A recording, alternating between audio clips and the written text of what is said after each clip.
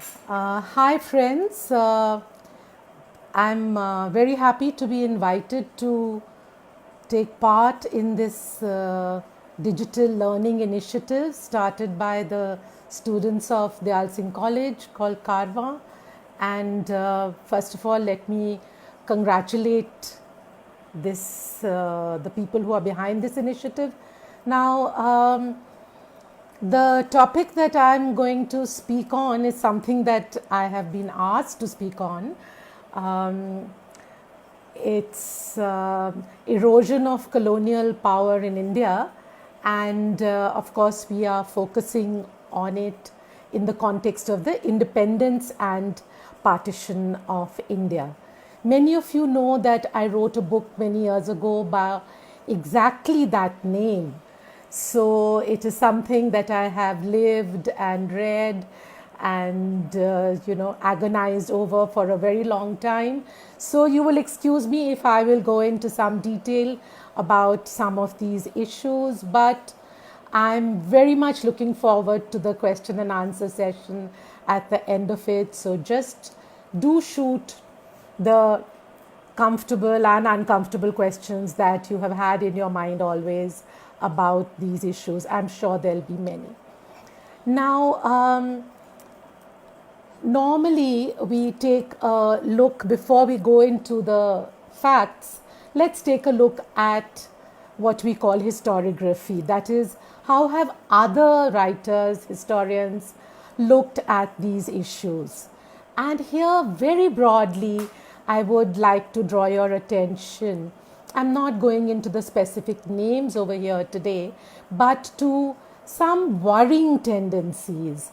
For example, in recent years, in the last 2 decades, we have had the privileging of community and the undermining of nation and nationalism. So, community is all right.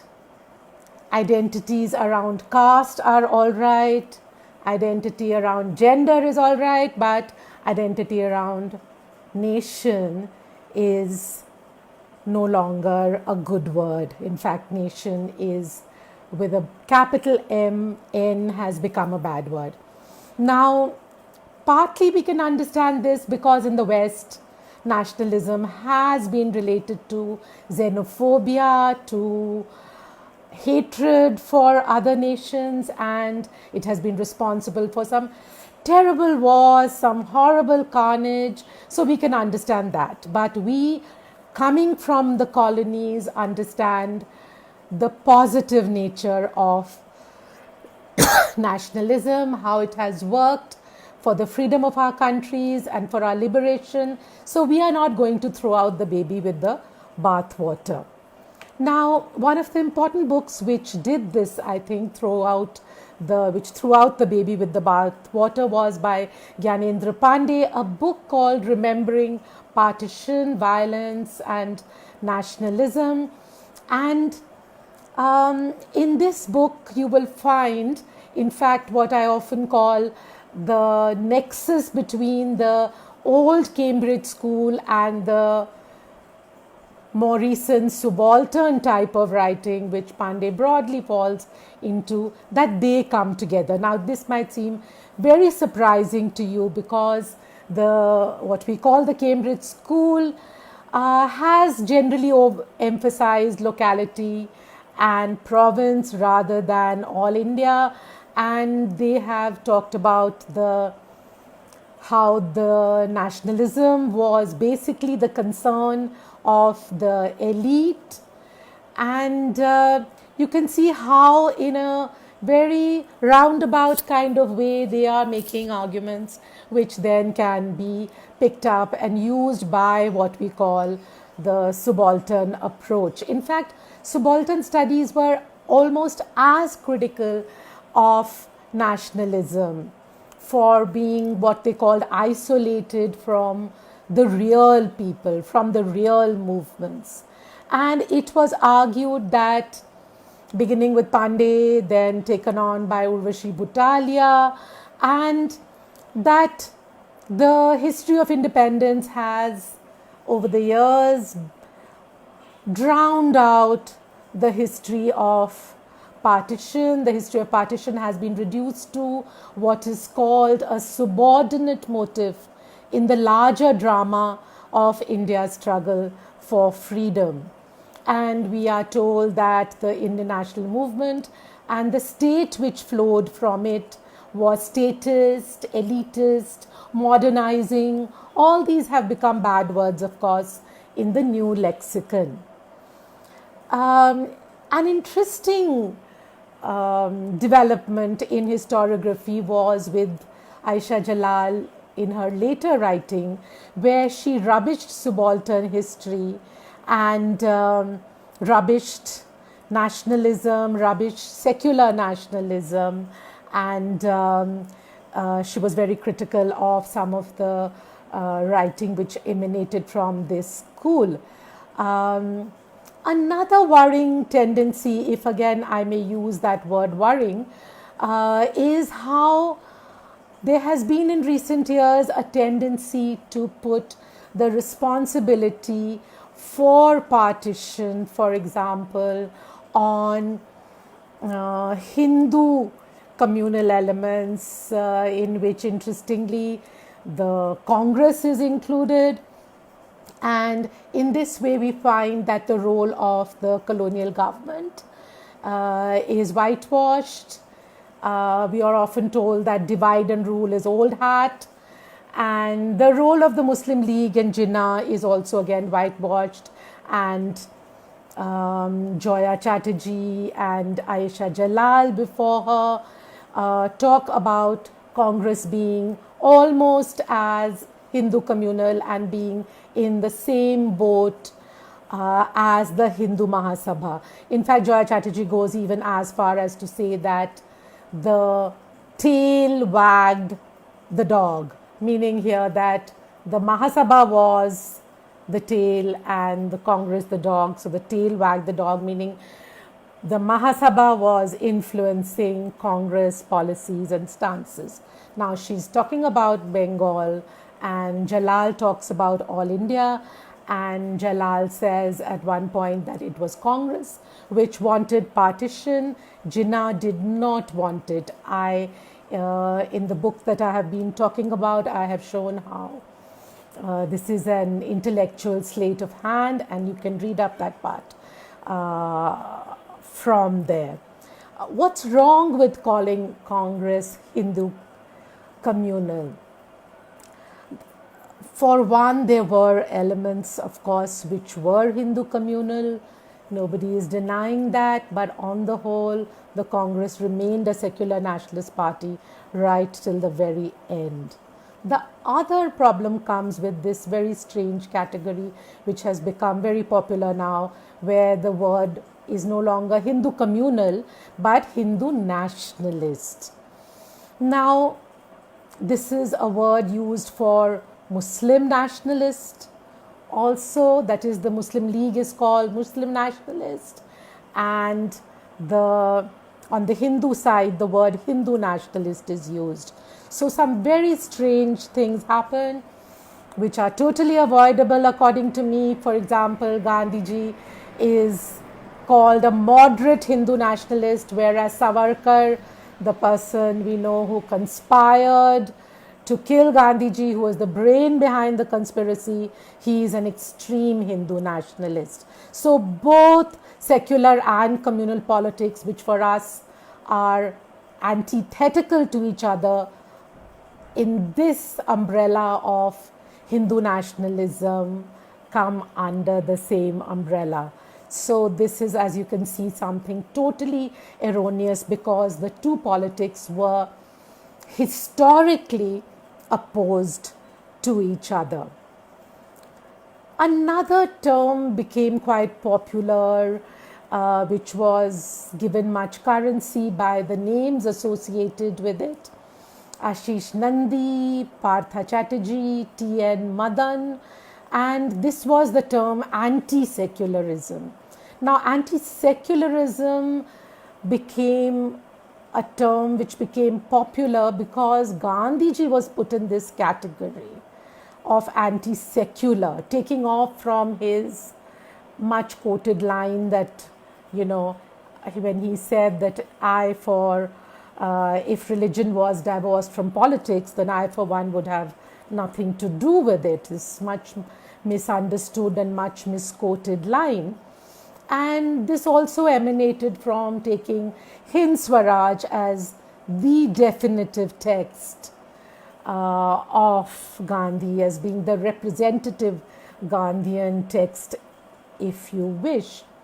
And this, of course, is a problem, and I have shown this elsewhere, that Indian secularism is not a prototype of Western secularism. It is not that strict separation of religion and politics that secularism was in the Western context. Rather, Indian secularism, better described as pluralism, comes from the recognition that India is a multi-religious society made up of diverse communities, and secularism means a kind of equidistance from them.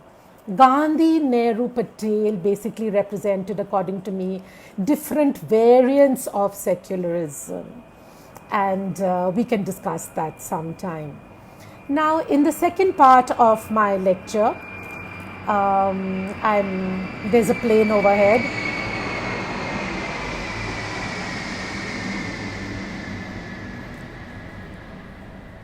In the second part of my lecture, I will take you through the main political developments that took place in the last 1.5 decades of colonial rule, the period which I believe is the crucial period where we can map or trace the erosion of colonial hegemony. As you know, most books write the history of this period as one of movements. Here in this book, what I have done is I have seen the impact of different phases of the freedom struggle, including the constitutional phases, to see how they eroded colonial hegemony. That is, how does the ship of state, that is, how does the colonial state become battered till it reaches a point that it has to be wound up. So I begin with 1934, civil disobedience movement has ended. The movement has been badly suppressed. Gandhiji has left the Congress as a formal member, retreated to the ashram in Wardha, and the Congress is in a dilemma. What are we to do now? What is going to be the strategy for the future? The government has come up with a googly. There is a new Government of India Act of 1935 which has been put on the anvil, and the Congress has to respond to this. As you know, at this time, there were many ideological groups which had emerged in the Congress, and the socialists were one of them. Remember, the socialists had formed a party within the Congress, rather a group within the Congress, in 1934, in which the main well-known figures were Jayaprakash Narayan, Narendra Dev in Kerala, EMS Namboodiripad, and many others. There was, of course, the constitutional wing, similar to the Swarajists of the 1920s, who were in favor of working the act, fighting elections. And, of course, the Muslim League did not want to be part of it, so neither did the princes. So the federal part of it didn't take off. It was only the provincial part of it, of the Government of India Act, which took off.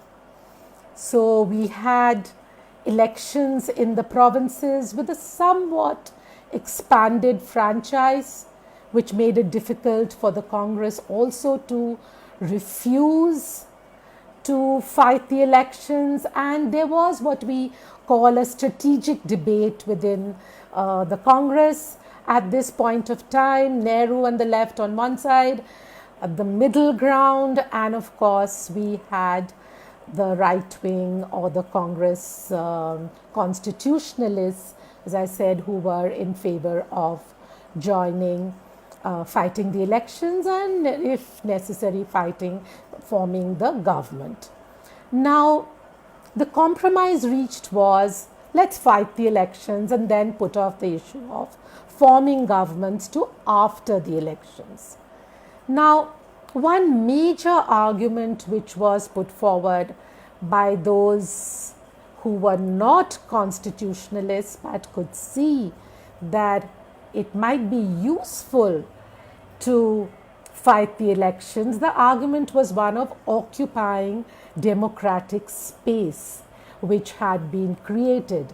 That means if the franchise has been extended, new groups of people are now going to be part of the electorate, something is on offer, better to avail of that, show how meaningless it is, and then come out.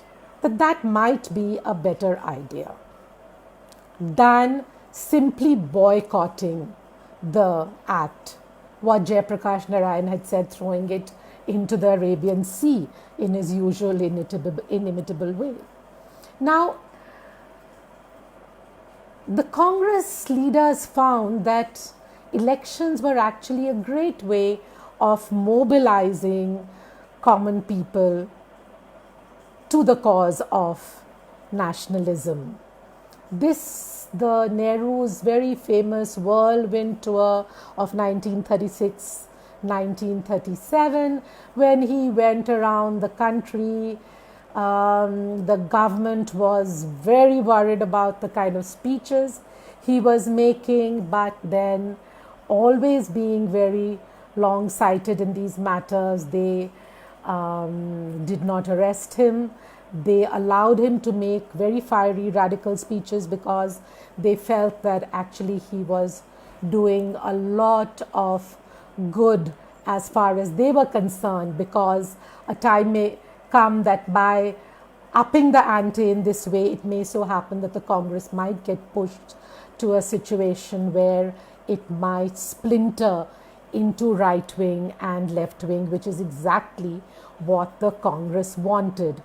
So they would put him in jail, but then they would let him go to visit his wife, who was dying in Switzerland at that time, as you might know. And the elections on the whole, then,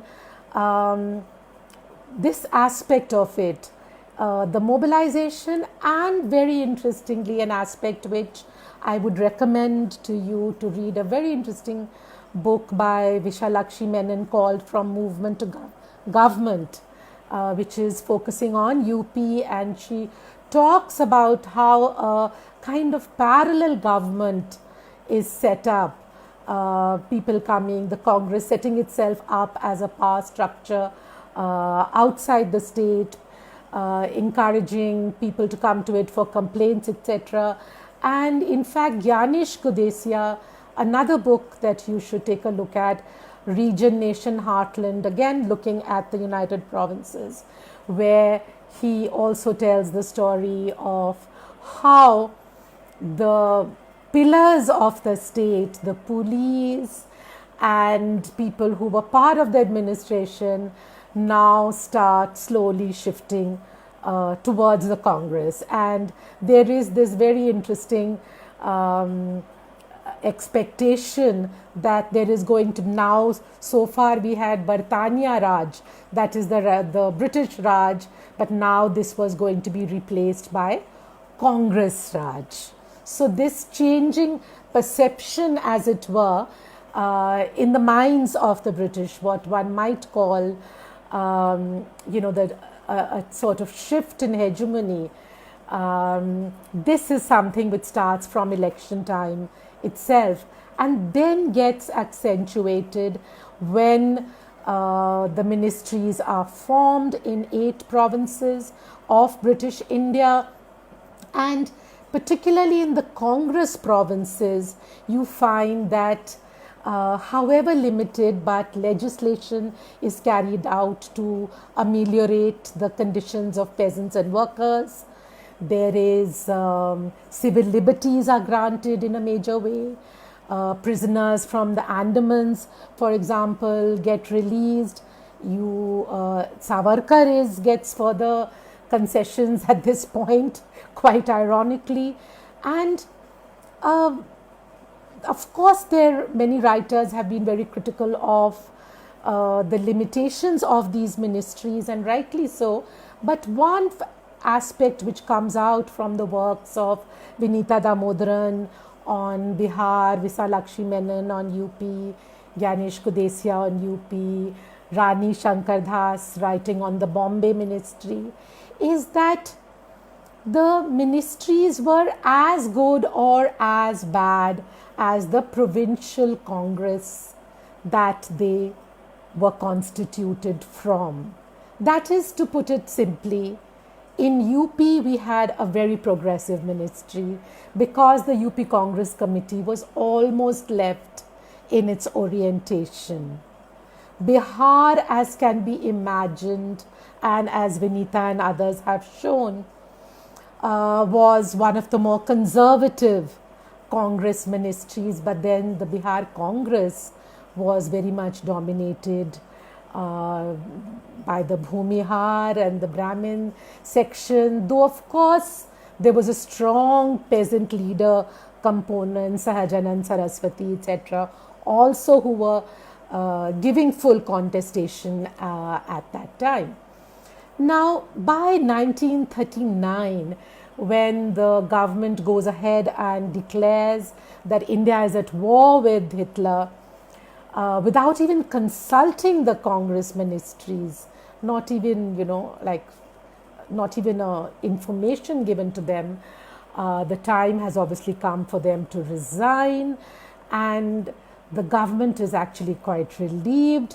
And those old India hands who were in fact very unhappy with this 28-month period of Congress rule, as they called it, they were very happy to go back to the old style of ruling India through Section 93, that's through governor's rule.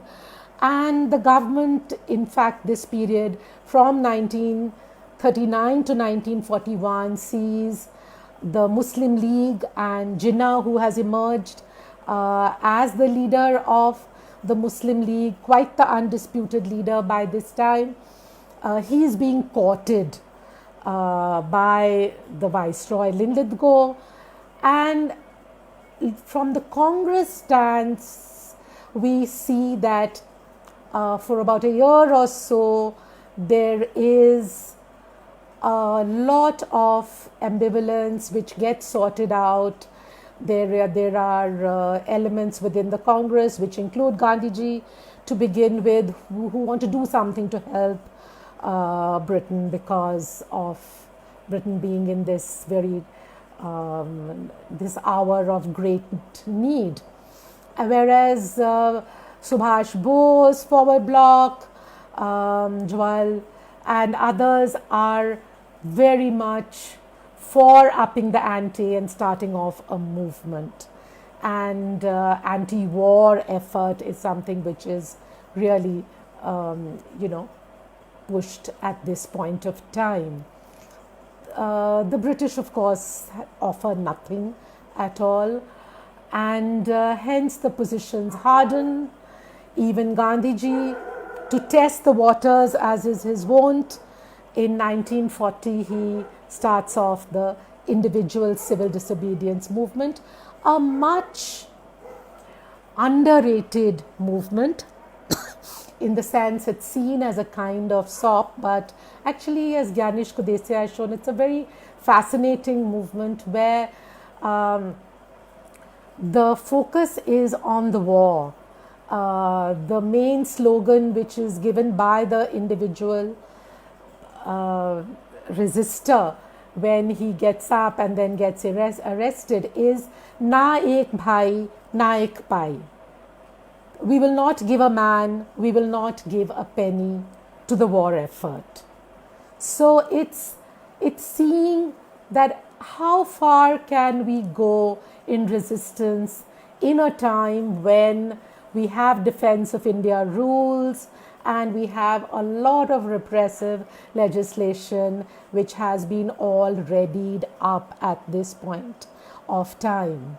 Now, the next movement is, of course, the Quit India movement, and for our purposes, what is important for us, for our story of erosion of colonial hegemony, what is really important is that this is the first time that we find many instances where British officers refuse to take action against resistors, against civil resistors, against agitators, and sometimes it was out of sympathy with them, that is, officials had nationalist sympathies and they were not afraid to let it be known.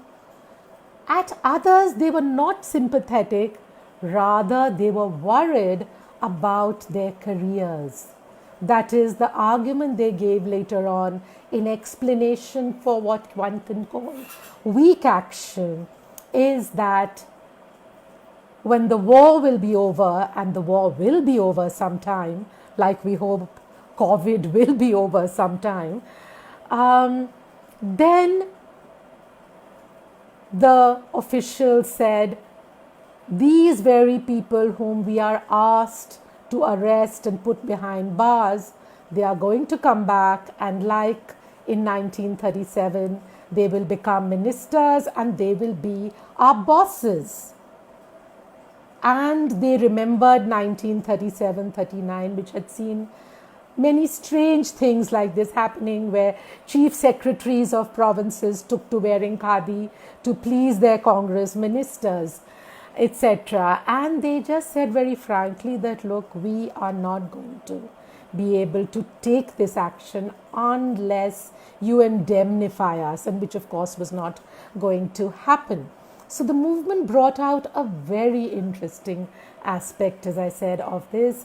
There were cases like the Chimur and Ashti case in Madhya Pradesh. There were cases particularly in United Provinces, where there were many cases which Max Harcourt has documented, Parthasarathi Gupta in Towards Freedom has documented, of, as I said, either nationalism in the services or weak need action in anticipation of return of Congress to power. Now, a very interesting episode is that 21 days in February 1943, when Gandhiji, who has been put behind bars, separated from his comrades who were sent to Ahmednagar Fort, the Congress Working Committee, and Gandhiji was put in a house known euphemistically as a palace, the Aga Khan Palace in Pune, and he has to face this terrible situation where day after day he is being branded as pro-Japanese in the press and in world opinion by the government. Dossiers are being created on this, and he is being asked time and again by the government to come out. If he was an apostle of ahimsa, then why isn't he speaking out? It was kind of a challenge being thrown to him. You will be surprised to know that Gandhiji refused to condemn the violence of 1942. In fact, he condemned the British repression and said, what could a helpless people do when faced with what he called the leonine violence of the state? For 21 days, this man frail old man weighing just above 100 pounds or so, went on a fast under capacity. The government was cussed enough not to release him, and they even, in anticipation of his death, they even piled up sandalwood for his cremation and had telegrams with the code word Rubicon readied for when such an eventuality would happen. But Gandhi, of course, had, as always, had the last laugh. He survived 21 days and, of course, with his health much shattered. He has already lost Mahadev Bhai, his very close comrade in arms, while during detention in Pune, and then Ba Kasturba, his wife and companion of many years, she too dies while he is in jail. His health is frail, so the government, which was, as I just told you, refused to release him in 1943, now in the middle of 1944 releases him. And after some recuperation, the first thing, within a couple of months, you find Gandhiji walking up Malabar Hill to Jinnah's doorstep for what were called the Gandhi Jinnah talks. Futile in the end, because though Gandhi was willing to concede a lot, almost accept Rajaji's formula, which was a virtual acceptance of Pakistan in the interest of a settlement at any cost, but Jinnah is quite unmoving. And it is during this time that he faces one of the many attacks by the Hindu communal elements on him. He's an attack on his life. World War II ends in 1945 and the Shimla Conference is convened, and the important thing about this conference is that it shows that the government has not changed its stand towards the Muslim League. Jinnah insists at this conference that the Muslim League alone can nominate all Muslims.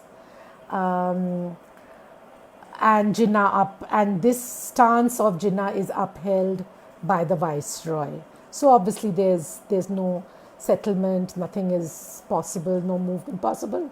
However, there is some hope on the horizon because the Labour Party comes to power in Britain. Elections are declared in India, both at the centre and in the provinces. And at the national level, you have the prisoners of the Indian National Army. This is Subhash Bose's army, as you know, the INA as they were popularly called. The prisoners are put on trial, including at the Red Fort. The famous trio, Sehgal, Shahnawaz, Dhillon, and the INA trials become something which totally galvanized the mood of the people. The repressed energies of the war years all come out. Jawaharlal Nehru dons his lawyer robes after maybe, a few decades, as do other Congress leaders. And it's very interesting because the INA trials are fought on one principle, one ground. They are not saying, please concede, be kind, be this thing. They're saying the line taken is, this is not treason.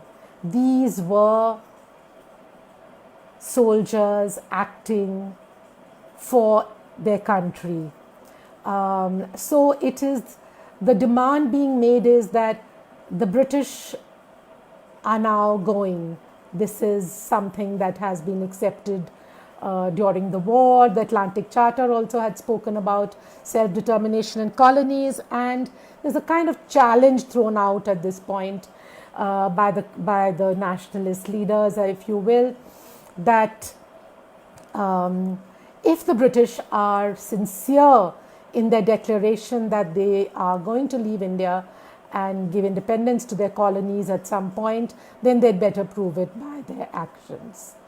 What is fascinating is that when a survey is conducted within the army by the commander-in-chief, it is found that 100% of the officers in the army, and we're not talking about the ranks, the officers, including the King's commissioned officers, were what the commander-in-chief Claude Auchinleck called 100% nationalists. So it was a real eye-opener for those within the officialdom who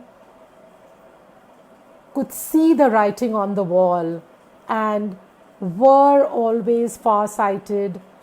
And that was what was very special about British rule, was that they could see they were willing to see the writing on the wall and respond to it and move on, rather than try and turn the clock back, let's say 20 years, and try and reconquer India and rule India in a very different, more authoritarian way, as was recommended by many within officialdom, including the Viceroy at that time. But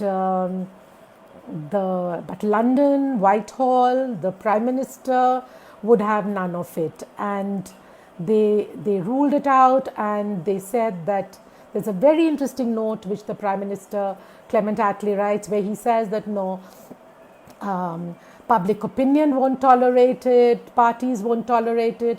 In any case, what would we get out of it?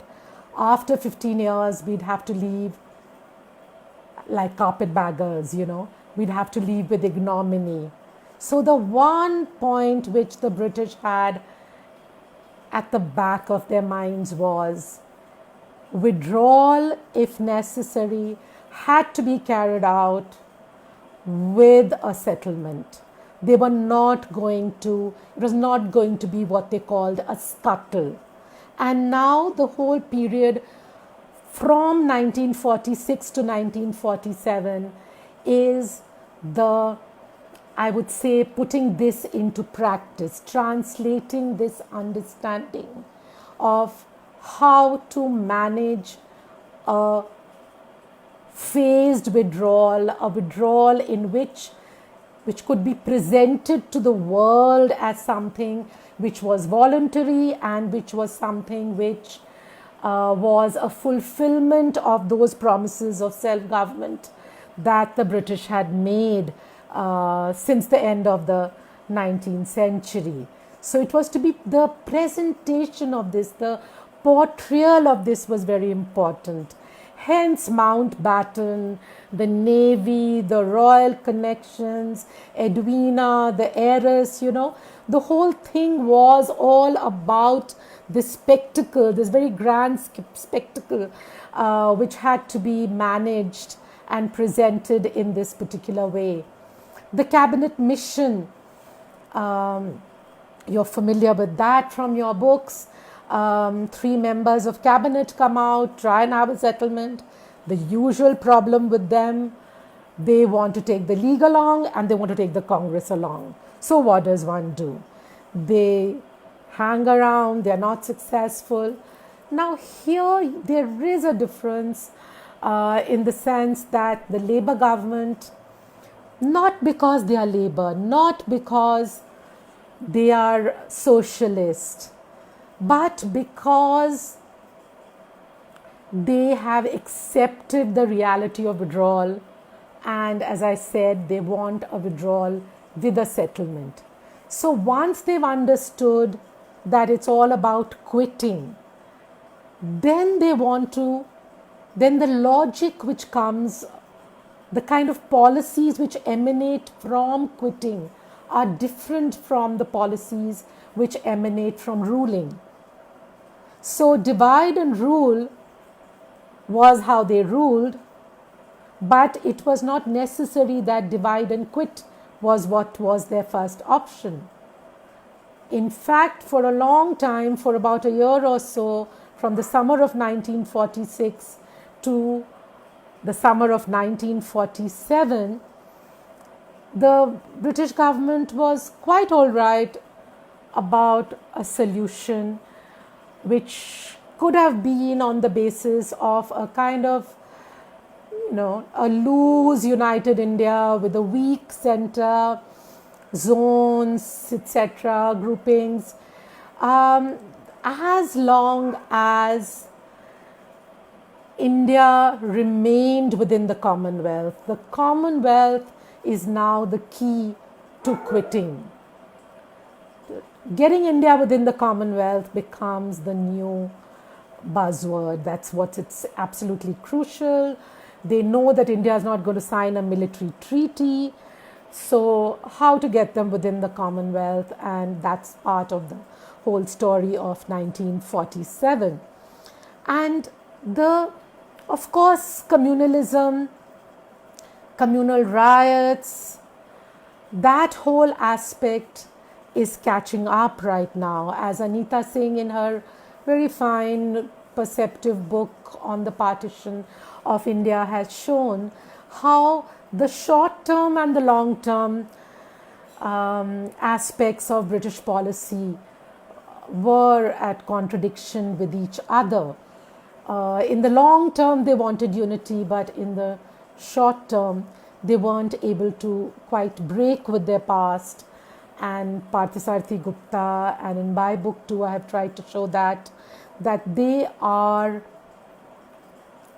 not able to tease out this contradiction. This contradiction is there. So ultimately, yes, there is that interest in unity if India would be pro-British and would stay in the Commonwealth. But in the end, for that to happen, they needed to stay on for maybe another 5 years, to have the army being, phased out, the transitions happening in a good way. But at some point, after Mountbatten comes here, its scuttle takes over. And I think there is nothing as terrible in the contemporary history, I would say, if I define that as being, sort of the last 70 years or so after the Second World War, something as terrible as the partition massacres, not only in terms of the suffering that they entailed, which was totally unplanned,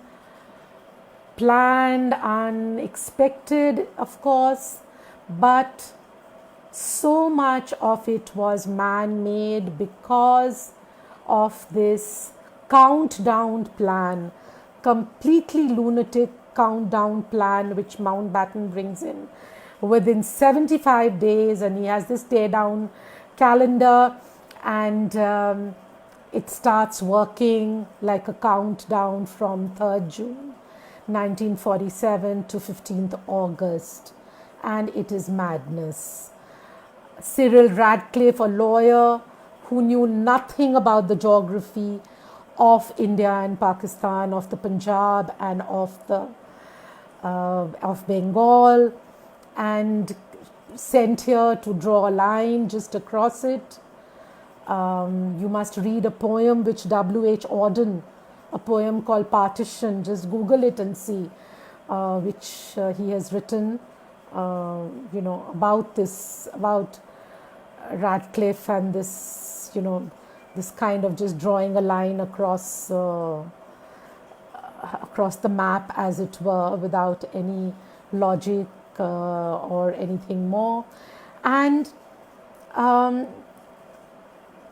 there is, of course, the whole issue which remains to be talked about, which is the issue of how communalism overtakes this timetable, that the timetable of transfer of power, the timetable of quitting, which the government had put in place, and it messes up everything. There's the Calcutta riots, from August 1946 onwards, snowballing into Noakhali, into Bihar, Garhmukteshwar, Meerut by winter, and then of course by March 1947 with Rawalpindi, the Punjab completely explodes. My parents were witnesses to the mayhem in Lahore in May 1947, and I remember my mother telling me how the skies used to be red from the flames. And of course, the same things happened in whether it was Delhi or Bengal, and as Anita Singh has described it, that these weren't riots, this was civil war at its worst. So civil war in the streets, total political stalemate within the government, between the Muslim League and the Congress, the Muslim League not allowing the Congress to push through any of its policies, what was complete non-cooperation, and a situation comes where Constituent Assembly has been convened, as you know, in December 1946, but the Muslim League has refused to send its representatives to it. So what's going to happen with the Constitution? What's going to happen with services? What's going to happen with the army? So many decisions which it became more and more evident as the days went on, not because the Congress was interested at any point in accepting partition, not because Gandhiji was interested in accepting partition. We all know how much he wept. We all know how much Nehru wept over it too. And there is this kind of false dichotomy that is drawn between Gandhi and the Congress at that time, which is particularly suitable for the present dispensation right now, which is, but I cannot take that up in a lecture which is focusing on so many other things. But maybe another day I can come back and talk about Congress, Gandhiji, and the partition of India, and take the story up to was actually a blow to the Indian people, a blow which was as big a blow as the partition, and that was the assassination of Gandhiji. The very brutal assassination, the result of a conspiracy hatched by a wing of the Hindu Mahasabha. It was not the action of a madman, as Ashish Nandi has rightly reminded us in the essay that he wrote on it.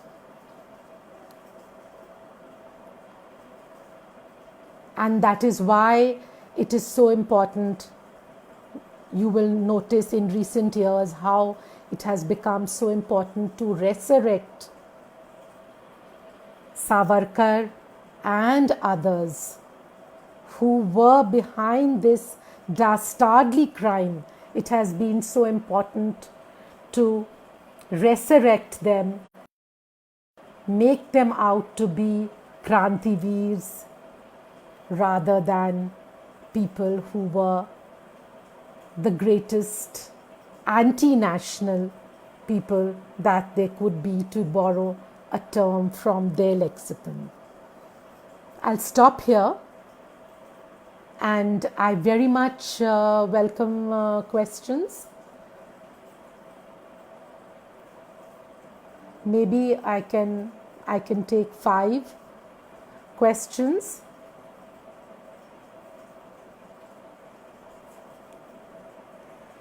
Uh,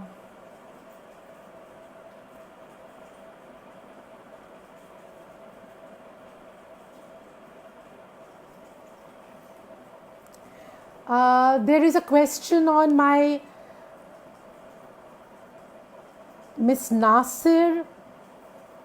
What's your opinion on the book From Plassey to Partition by Shekhar Bandyopadhyay? I would not like to comment on that at all. We all know it's a very good book, and that would not be fair.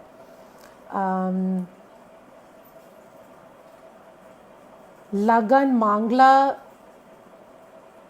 question: what was the structure of the loose republic suggested by the British? I presume you're talking about the cabinet mission plan.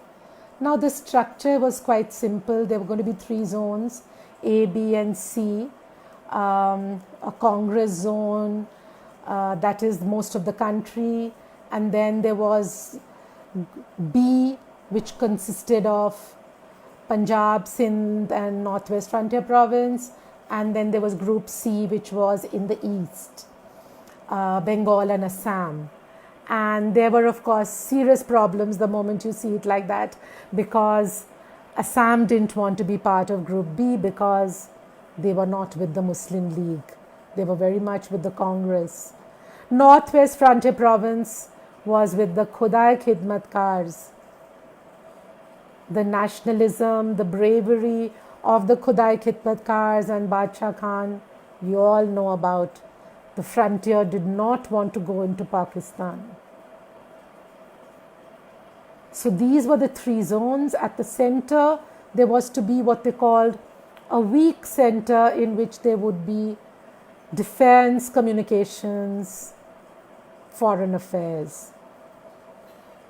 The problem was not with the fine print. The problem was with the lack of willingness, I believe, of the Muslim League to even consider the plan as in terms of, I was going to say merits, but consider the plan seriously. Even the resolution of the Muslim League said, which accepted it, quote unquote, said, we accept it in as much as it gives us Pakistan.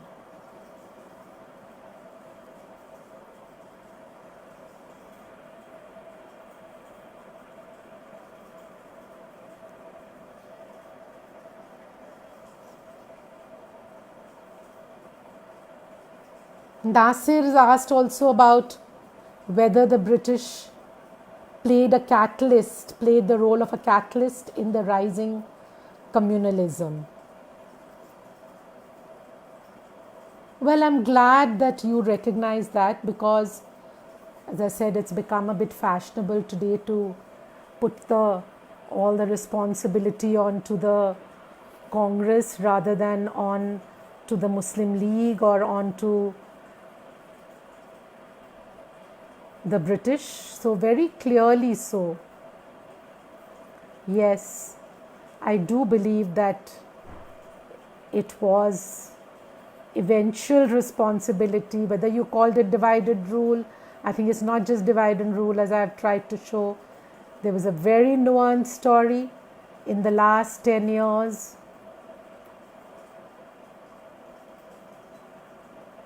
But it's very important to recognize the role of the British. Why do I say this? Because recently I have been doing a comparative study of the partitions of India and Ireland. And in that process, naturally, I also looked at the partition of Palestine. And I remember Edward Said, the great Edward Said, giving a lecture here in Delhi at Jawahar Bhavan, Rajiv Gandhi Foundation, in sometime before 2003. And it was on the Balfour Award and on Palestine. And he was showing how British policy, of mandates, etc., and how that was behind the whole thing. Similarly, I believe that the Communal Award, for example, changing the digits, creating statutory majorities which no one could change, pushing then communities into politics of confrontation, politics of hatred, politics of the streets. Jinnah takes to direct action because he feels that he cannot get Pakistan through constitutional means.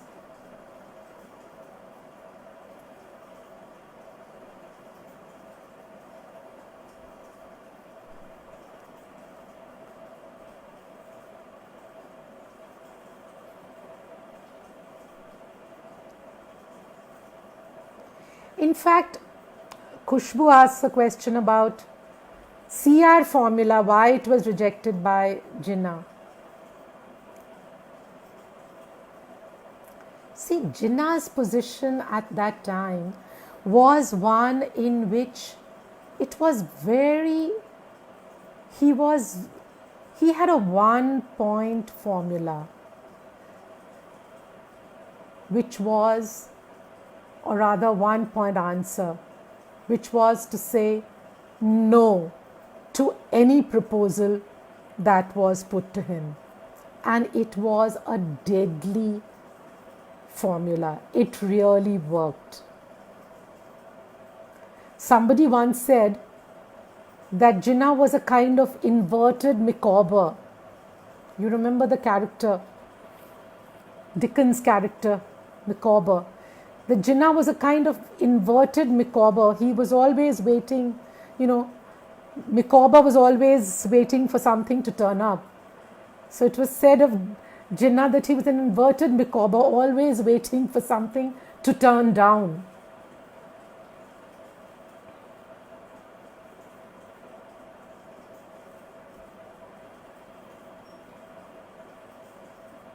Well, I think I've got a lot of thank yous now for the lecture. Does it mean that there are no more questions?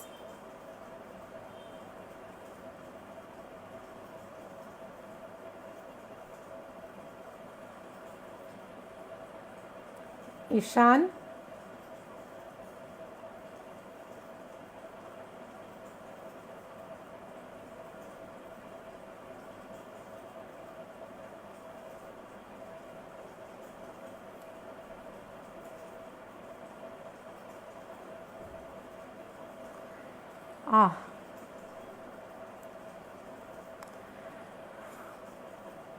Look, I love conspiracy theories, but Miss Nasir or Mr. Nasir, are you Miss?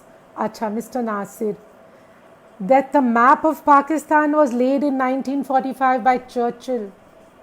I've seen Churchill papers in Cambridge. I did not come across it unless this is something which has been,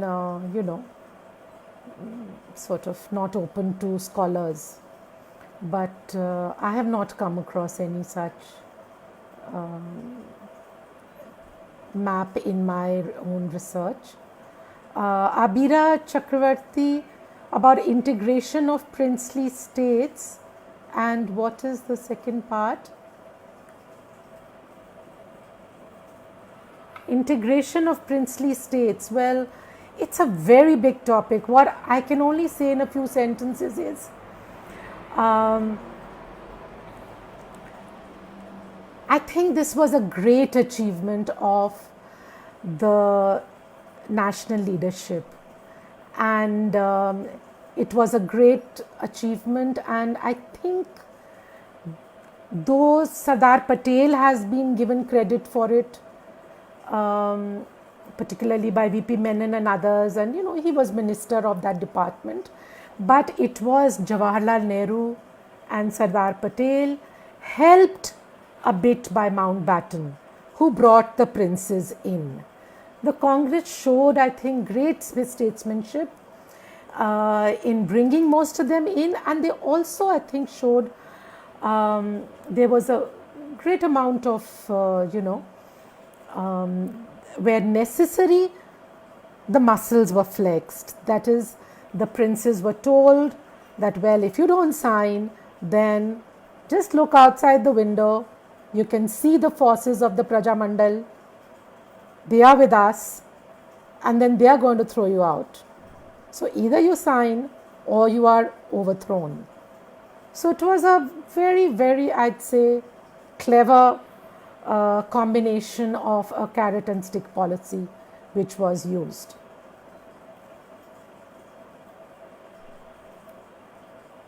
Thank you very much, all of you. So I would welcome any feedback. Just post your comments, and then maybe next month I can talk a little about those aspects which are really actually very close to my heart right now, which is about Gandhiji, his last months of his life. I'm writing a book about it right now, and his assassination. So maybe we can talk about that. Thank you so much.